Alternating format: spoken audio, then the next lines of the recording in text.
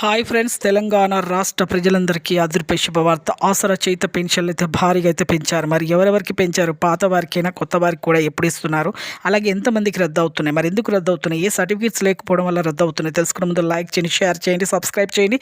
ఒక లైక్ చేయడం వల్ల వీడియో అనేది బూస్టప్ అవుతుంది. అందరికీ సమాచారం తెలుసు. పక్కన ఉన్న bell icon, all symbol button నొక్కితే నేను వేసే నోటిఫికేషన్స్ మీకు వెంటనే లేటెస్ట్ అప్డేట్స్ వీడియోస్ అయితే వస్తాయండి. ఇక లేట్ చేయకుండా అయితే వీడియోలోకి అయితే వెళ్ళిపోతాం. వెళ్ళిపోయే ముందు లైక్ చేయండి. లైక్ చేయడం వల్ల అందరికీ యూజ్ అవుతుంది. ఇక పాత వారికి, వృద్ధులకి, వితంతువులకి, ఒంటరి మహిళలకి 4,000 రూపాయలు, వికలాంగులకి 6,000 రూపాయలు.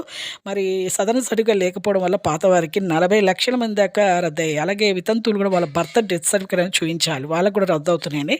అలాగే ఏప్రిల్ 1 నుంచి అయితే ప్రతి ఒక్కరికి కూడా పాత వారికి 4,000 నుంచి 6,000 రూపాయలు అయితే పెంచడం జరుగుతుంది. కొత్త వారికి కూడా ఇక వృద్ధులకి, వితంతువులకి, ఒంటరి మహిళలకి, అలాగే diabetes, cancer, heart, kidneys, HIV బాధితులకు అందరికీ కూడా 4,000 రూపాయలు, వికలాంగులకి 6,000 రూపాయలు అయితే కేటాయించడం జరిగింది.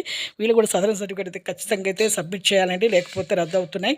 వితంతువులు డెత్ సర్టిఫికేట్ భర్త చూపించండి. లైక్ చేయండి, షేర్ చేయండి. ఏప్రిల్ 1 నుంచి అయితే వస్తాయండి. అందరికీ థ్యాంక్స్ ఫర్ వాచింగ్.